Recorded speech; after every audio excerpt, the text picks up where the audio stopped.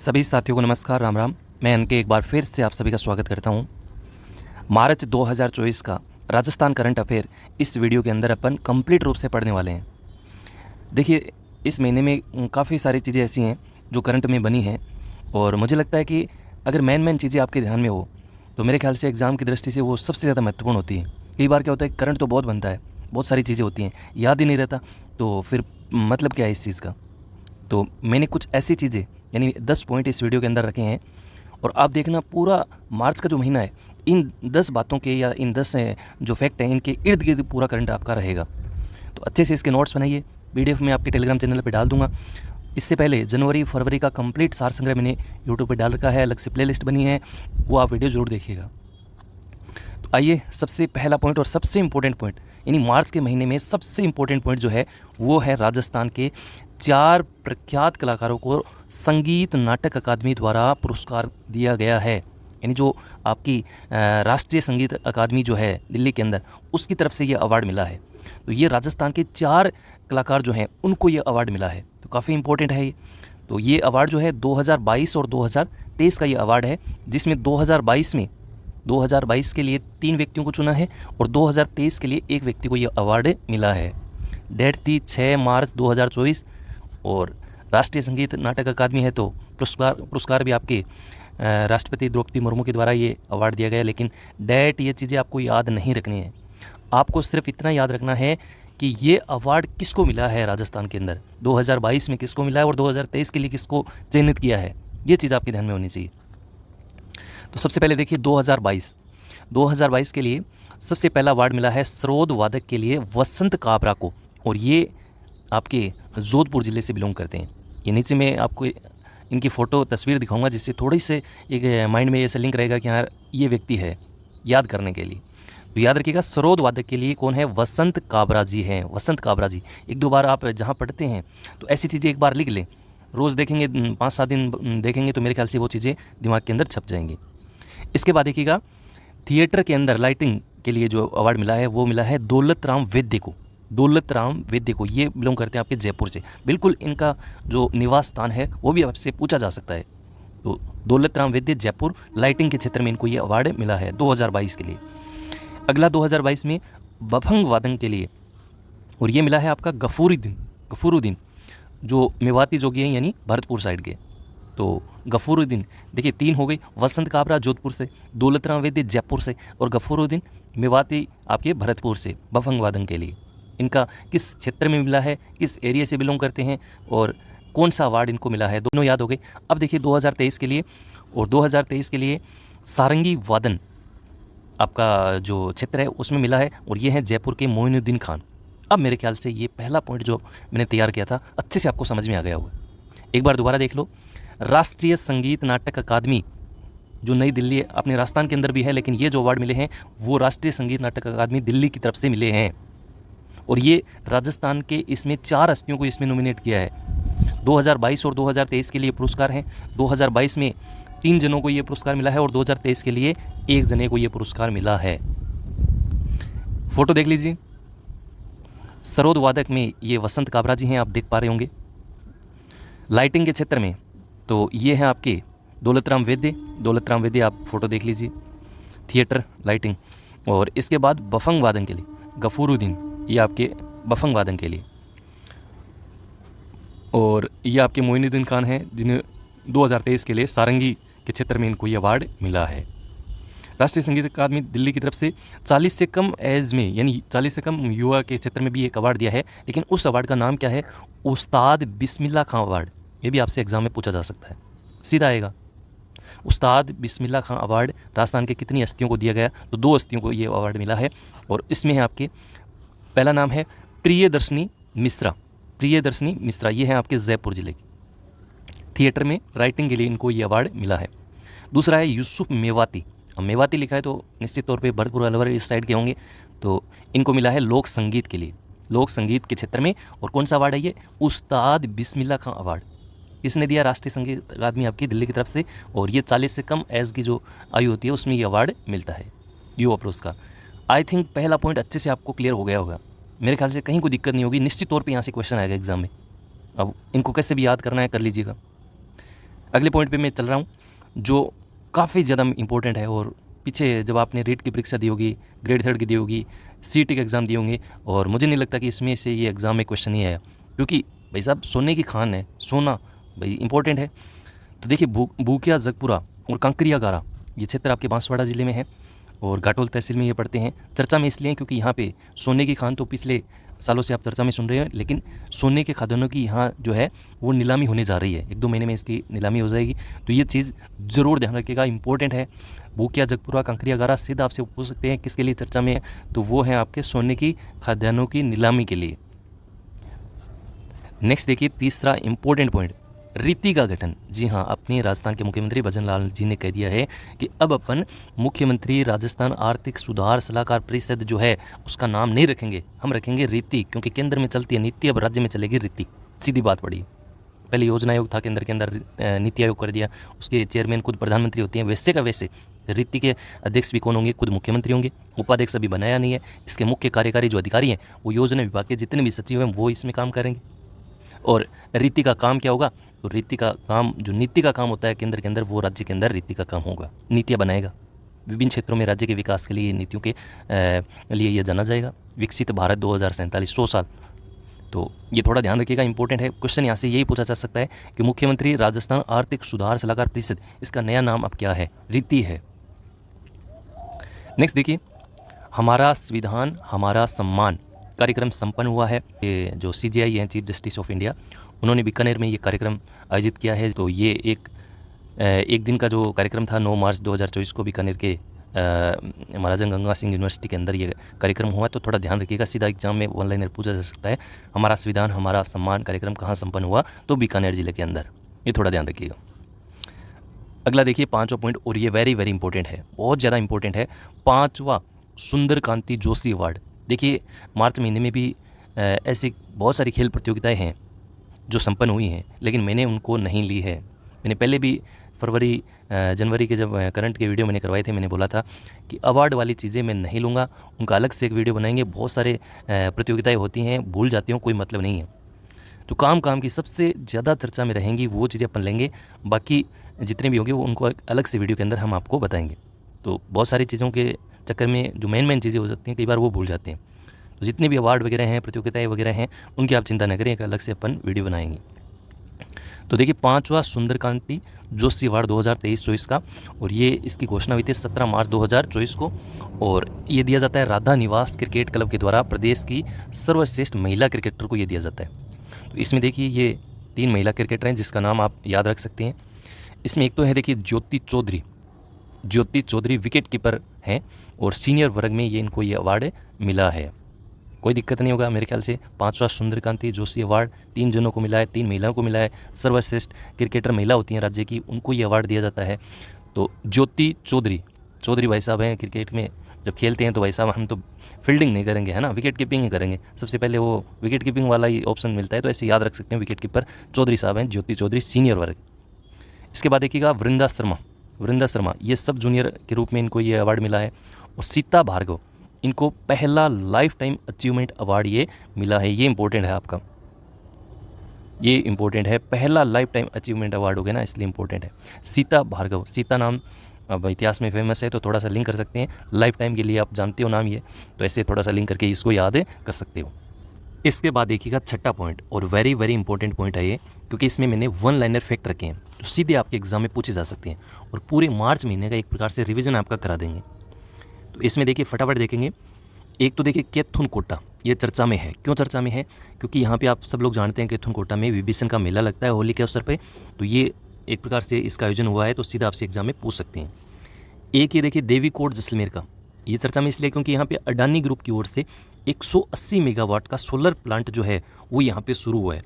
सौर ऊर्जा के क्षेत्र में आपसे वो पूछ सकते हैं 180 मेगावाट का हाल ही में सोलर प्लांट अडानी ग्रुप की ओर से कहाँ पे या किस क्षेत्र में लगा है, तो देवी कोट जैसलमेर। गडेपन कोटा ये बड़ा फेमस है क्योंकि यहाँ पे क्या है, नमो ड्रोन दीदी की शुरुआत हुई है, जिसके अंदर में चलती है ये योजना। इसमें महिलाएं जो हैं वो एक ड्रोन चला के जो है यहाँ पे एक प्रकार से कीटनाशक का छिड़काव है, देख रेख वगैरह है, कहाँ क्या ज़रूरत है, ऐसी चीज़ें जो हैं वो केंद्र के अंदर चलती है। तो अब राज्य के अंदर भी नमो ड्रोन दीदी की शुरुआत हो चुकी है, और ये शुरुआत हुई है गड्डेपान कोटा से। ये राज्य की शायद 104 महिलाओं को यहाँ पे प्रशिक्षण दिया जाएगा, ट्रेनिंग दी जाएगी, पेमेंट भी उनको दिया जाएगा। तो ये आपके लिए इफेक्ट इतना ही है कि नमो ड्रोन दीदी की शुरुआत जो है वो कहाँ से हुई है, तो गड्डेपन कोटा, जरूर याद रखिएगा, इंपॉर्टेंट है। धर्म गार्जियन का 5वां संस्करण जो मैंने फरवरी में आपको करवाया था, भारत व जापान के मध्य बीकानेर में था, तो अभी इसका ये समापन हुआ है। तो फिर से मैंने आपको क्विक रिवीजन के लिए आपको बता दिया है, याद रखिएगा। और इसमें सर्विलांस के लिए पहली बार बाज़ का उपयोग किया गया है। सीता माता अभयारण्य प्रतापगढ़ में है, चर्चा में है, तो थोड़ा ध्यान रख लीजिएगा, सीधा एग्जाम में पूछ सकते हैं सीता माता अभयारण्य किस जिले में है, प्रतापगढ़ में। एक ये बड़ा इंपॉर्टेंट है, पोस्टल बडी। पोस्टल बडी मैंने इलेक्शन बडी के नाम से एक ऐप बताया था, वैसा का वैसा ये पोस्टल बडी है। और इसको भी मुख्य निर्वाचन अधिकारी प्रवीण गुप्ता जी के द्वारा ये लॉन्च हुआ है। और इसका मुख्य उद्देश्य क्या है कि पोस्टल और होम वोटिंग जो होती है प्रक्रिया, उसकी ऑनलाइन ये मॉनिटरिंग के लिए बनाया है। जो बैलेट वाले आपके वोटिंग होते हैं, तो उनको एक निगरानी के रूप में पोस्टल बडी ऐप बनाया है। तो ये पोस्टल बडी ऐप किससे संबंधित है, ऐसी चीज़ें जो हैं आपके एग्जाम में पूछी जा सकती हैं। नेक्स्ट देखिए, नेशनल प्रिंटिंग एक्सपो का आयोजन, और ये हुआ आपका सीतापुरा जयपुर के अंदर 2024 का। 2026 का भी प्रस्तावित है, वो भी जयपुर में होगा। तो नेशनल प्रिंटिंग एक्सपो का आयोजन कहाँ हुआ, तो जयपुर के अंदर। भारत शक्ति तीनों सेनाओं का संयुक्त सैन्य अभ्यास है, जो कहाँ पे आयोजित हुआ, पोखरण जैसलमेर के अंदर, अगले महीने यानी अप्रैल के अंदर। अभी तो आपका जून चलने लग गया है, कुछ डिले की वजह से वीडियो नहीं आ पाई, तो अगले महीने यानी गगन शक्ति जो अभियान है वो भी पोखरण जिले के अंदर आयोजित होगा। तो भारत शक्ति, गगन शक्ति, ये किसे कहाँ पे है, ये पोखरण जैसलमेर के अंदर। और ऊपर मैंने धर्म गार्जियन बताया था, सबसे इंपॉर्टेंट है, आगामी एग्जाम में पक्का ये पूछा जाएगा।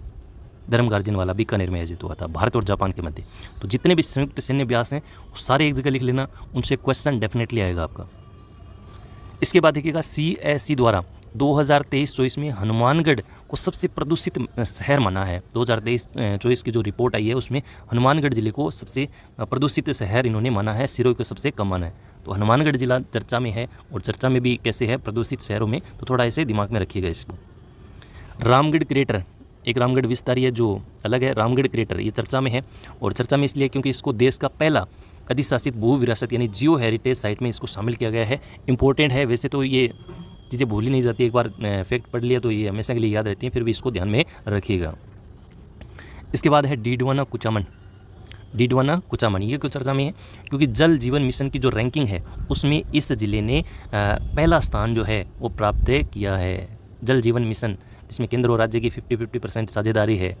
2024 का इसमें टारगेट बनाया है कि प्रत्येक घर के अंदर प्रति व्यक्ति 55 लीटर तो हम कम से कम शुद्ध जल जो है वो योजना को सफल बनाएंगे ही बनाएंगे। तो उसमें राजस्थान का जो डीडवाना कुचामन है वो इसमें टॉप रहा है, थोड़ा ध्यान रखिएगा। नेक्स्ट देखिए, एहिंगा हाइब्रिड ड्रोन का निर्माण। बिल्कुल IIT जोधपुर ने ये कारनामा किया है और ऐसा ड्रोन बना दिया है जो हवा में, ज़मीन पे वो तो चलते थे, अब पानी के अंदर भी ये ड्रोन जो है वो काम करेगा। एहिंगा ये एक प्रजाति है, एक पक्षी है जिसकी थीम पे इसका निर्माण किया है। तो बड़ी अच्छी चीज़ है। टेक्निकल चीज़ें जब भी अपने देश के अंदर बनती हैं तो कहीं ना कहीं अपन को फ़ायदा ही है, देश को फ़ायदा ही है। अब पानी के अंदर ड्रोन चलेगा तो बिल्कुल पनडुब्बी वगैरह हैं, नेवी नवल एरिया जो है, नेवी वाला एरिया है, उसको कितना फ़ायदा होगा। तो बिल्कुल अच्छी चीज़ें हैं, तो ये थोड़ा ध्यान रखिएगा। हाइब्रिड ड्रोन का निर्माण किसने किया, IIT जोधपुर द्वारा ये निर्माण किया गया। नेक्स्ट देखिए, नेशनल ई विधान एप्लीकेशन। बिल्कुल अब विधानसभा का जो कामकाज है वो भी डिजिटलीकरण होगा और उसके लिए ई विधान एप्लीकेशन बनाए और इसकी वित्तीय मंजूरी भी मिल गई है, जिसमें केंद्र की 60 और राज्य की अपनी रहेगी 40। तो ये थोड़ा सा फैक्ट जरूर याद रखिएगा। विधान से विधानसभा याद रख लेना, विधान से विधानसभा। तो सीधा आपसे एग्जाम में पूछ सकते हैं ई विधान एप्लीकेशन किससे संबंधित है, या विधानसभा के कामकाज को डिजिटलीकरण करने के लिए कौन सा एप्लीकेशन लॉन्च हुआ है। इस तरह के क्वेश्चन आपके एग्जाम में पूछा जा सकता है।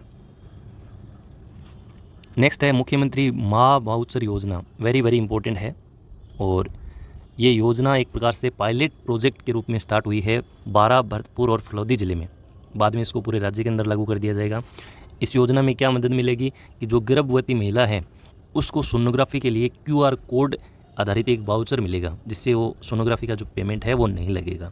मुख्यमंत्री माँ वाउचर योजना जरूर ध्यान रखिएगा, पायलट प्रोजेक्ट के रूप में 12 भरतपुर फलौदी के अंदर ये स्टार्ट हुई है। गर्भवती महिला को सोनोग्राफी के लिए भटकना नहीं पड़ेगा, QR कोड का एक वाउचर मिलेगा जिससे काम हो जाएगा।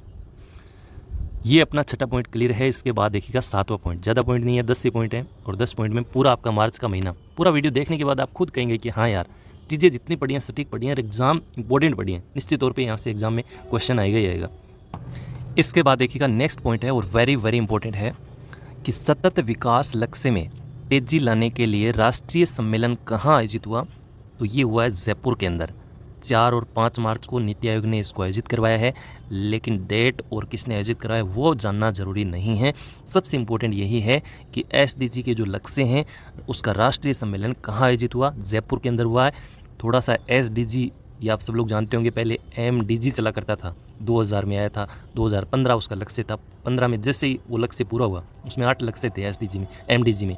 उसके बाद आया था सस्टेनेबल डेवलपमेंट गोल, और इसमें 17 लक्ष्य हैं। यूएनओ का बनाया हुआ एक चार्टर है जिसमें देश को कैसे बेहतरीन बनाया जाए, यानी देश में जो बेरोजगारी है उसको कैसे ख़त्म करना है, गरीबी को कैसे ख़त्म करना है, न्याय की बात करनी है और पूर्ण समानता हो, ऐसी चीज़ें अपने देश के अंदर स्थापित होनी चाहिए। और इसके लिए 2030 का लक्ष्य रखा गया है।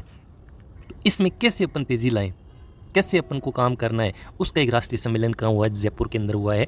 और इसमें राजस्थान के मुख्यमंत्री भजन लाल जी ने 3 नॉलेज पोर्टल पर भी चर्चा की है, जो मेरे ख्याल से थोड़ा सा आंखों से निकाल लेना चाहिए। एक तो है एसडीजी नॉलेज हब, कोई दिक्कत नहीं है। दूसरा है food and nutrition security analysis dashboard.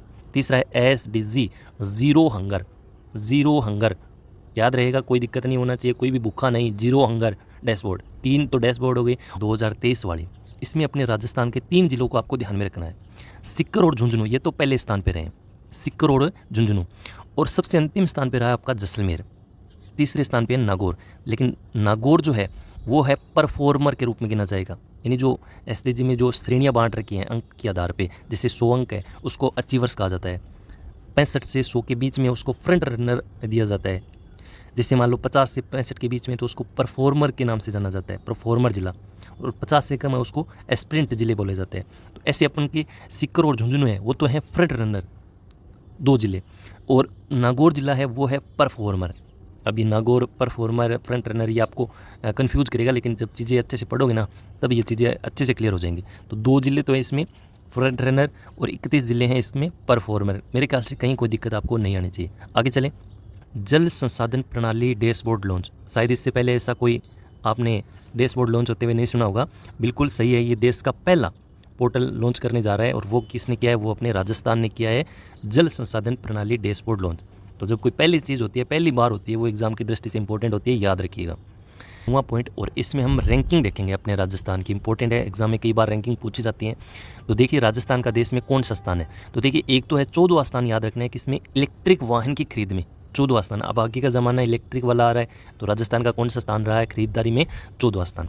एक देखो स्टेट हैप्पीनेस रिपोर्ट बनाइए कि राज्य में कौन कितना खुश है, तो अपना राजस्थान का जो स्थान आया है वो है 13वां स्थान, कि राजस्थान खुशी में 13वें स्थान पे है, पहले स्थान पे नहीं है, सोचना ही मत राजस्थान, तो 13वें स्थान पे अपने खुशियाँ मना रहे हैं भाई, थोड़ा सा याद रख लेना। इसके बाद देखिएगा 10वां पॉइंट, और एक MOU है, बड़ा ज़बरदस्त MOU है, बड़ा ज़बरदस्त पॉइंट भी है ये। और पॉइंट ये है कि सरस ब्रांड का ऊँटनी का दूध भी मिलेगा। बिल्कुल हाँ, सही बात है। जोराराम जी कुमावत हैं जो डेयरी मंत्री हैं पशुपालन, तो उन्होंने ऊँटनी का दूध जो है वो स्टार्ट करने की बात की है। स्टार्टिंग में ये बीकानेर ज़िले से स्टार्ट हो रहा है, अगर वहाँ पे सफल हुआ तो पूरे राज्य के अंदर इसको वितरित किया जाएगा। तो इसमें एक तो देखिए RCDF है, एक बहुला फूड प्राइवेट लिमिटेड है, एक उर्मुल सीमांत समिति है, इन तीनों के सहयोग से जो है सरस ब्रांड का ऊँटनी का दूध भी मिलेगा। तो बड़ी अच्छी बात है। गाय भैंस भेड़ बकरी इनका तो दूध पी लिया आपने, अब आप ऊँटनी का दूध पियो, और ये बताया जाता है कि बड़ा अच्छा होता है, सेहत के लिए बड़ा शानदार दूध होता है। तो अच्छी चीज़ है, अगर सफल होता है तो पूरे राज्य के अंदर इसका दूध जो है वो देखने को मिलेगा, तो ये अच्छी चीज़ है आपके लिए। इसके बाद देखिएगा अंतिम हमारा जो पॉइंट है, इसमें मैंने कुछ चर्चित शब्द है, जैसे कोई चर्चित स्थान है इस महीने में, कोई चर्चित नाम है जो सबसे ज़्यादा हाईलाइट है, एग्जाम की दृष्टि से इंपॉर्टेंट है, वो मैंने डाला है। तो सीधा वन लाइनर फैक्ट के रूप में आपसे पूछ सकते हैं। जैसे देखो साइंस पार्क की स्थापना कहाँ हुई, तो पंचशील अजमेर के अंदर, याद रखिएगा। एक देखिए रामाश्रय, ये चर्चा में है, और ये क्या है इसका सीधा आपसे पूछ सकते हैं, रामाश्रय का संबंध किससे है। तो अस्पताल में जो बुजुर्ग हैं उनके लिए एक अलग से वार्ड का नाम दिया है, और उस वार्ड का नाम ही क्या है, रामाश्रय। तो ये भजन लाल जी ने बड़ा अच्छा सोचा है। इसके बाद देखिएगा अंकित खंडेलवाल, तो इनको थोड़ा सा याद इसलिए रखना है क्योंकि जयपुर में स्वच्छ भारत अभियान का जो ब्रांड एम्बेसडर है वो इनको बना है अंकित खंडेलवाल। कांसली कोटपुतली बहरोड, ये ग्राम पंचायत है, चर्चा में इसलिए क्योंकि ये शराबबंदी मतदान के लिए चर्चा में आई है। तो ये कांसली कोटपुतली जरूर ध्यान रखिएगा, ऐसी चीज़ें एग्जाम में सबसे ज़्यादा हाईलाइट रहती हैं, इंपॉर्टेंट रहती हैं। एक ऑपरेशन अरावली अभियान, जो भरतपुर जिला प्रशासन द्वारा चलाया है। और इसका मकसद ये था कि बंसी पहाड़पुर के जो गुलाबी पत्थर हैं उनका अवैध खनन हो रहा था, इसके लिए ये अभियान चलाया, तो थोड़ा सा ध्यान रखिएगा। इसके बाद देखिएगा किशनगढ़ डंपिंग यार्ड, जिसको शिमला जैसी वादियों का नज़ारा लेना है वो आप किशनगढ़ अजमेर में आइए। वहाँ पे आपको मार्बल ऐसा दिखेगा जैसे बर्फ़ है ना, तो ऐसी चीज़ें एक पर्यटक की दृष्टि से ये बनाया है। देश का सबसे बड़ा नया डंपिंग यार्ड यहाँ पे विकसित किया जा रहा है, तो किशनगढ़ डंपिंग यार्ड एक बार फिर से चर्चा में है, याद रखिएगा। इसके बाद देखिएगा सिटी पार्क जयपुर, गुलाबी नगरी जयपुर, और यहाँ पे 49वां गुलाब शो जो है, रोज़ शो है, उसका आयोजन हुआ है। तो एग्जाम में पूछा जा सकता है कि रोज़ शो का आयोजन कहाँ पे हुआ, तो रोज़ यानी गुलाब, गुलाबी नगरी जयपुर, सिटी पार्क जयपुर में। और इसके बाद अपना लास्ट पॉइंट है मंडफिया चित्तौड़गढ़, ये भी इंपॉर्टेंट है, चर्चा में है। क्यों है? क्योंकि यहाँ पे कृष्ण धाम सांवलिया जी का जो मंदिर है उसमें तीसरे वाटर लेजर शो का वर्चुअल उद्घाटन किया है मोदी जी ने, तो ये चर्चा में आ गया। तो चर्चा में तो इंपॉर्टेंट है, याद रखिएगा, ऐसी चीज़ें पूछ ली जाती हैं। तो ये अपनी आज की क्लास थी। उम्मीद करता हूँ मार्च का जो करंट अफेयर है वो आपको अच्छे से समझ आ गया होगा। अच्छे से इनके नोट्स बनेगा, 1-2 बार खुद पढ़ लीजिएगा, समझ नहीं है तो वीडियो को 2-3 बार देख लीजिएगा। और एक बात जरूर कहूँगा कि आगामी 2-3 महीने में फर्स्ट ग्रेड, सेकंड ग्रेड खूब सारी वैकेंसी आ रही हैं। 1 साल का करंट आपको अच्छे से तैयार करना ही है, और एक दिन में करंट तैयार होता नहीं है, और हर दिन आप करंट को पढ़ भी नहीं सकते, ये भी है। तो साथ साथ जुड़े रहें। मंथली करंट आपने देख लिया, उसके नोट्स बना लिए, और जब एग्ज़ाम नज़दीक आया तो एक पूरे साल की जो करंट आती है मैगज़ीन, वो आपने अच्छे से आंखों से निकाल ली। मेरे ख्याल से 10-12 क्वेश्चन आते हैं, उनमें से एक भी क्वेश्चन गलत नहीं होगा। तो आज की इस चर्चा में इतना ही, फिर एक नई चर्चा के साथ आपसे रूबरू होंगे। तब तक के लिए नमस्कार, जय हिंद, जय भारत, बाय बाय।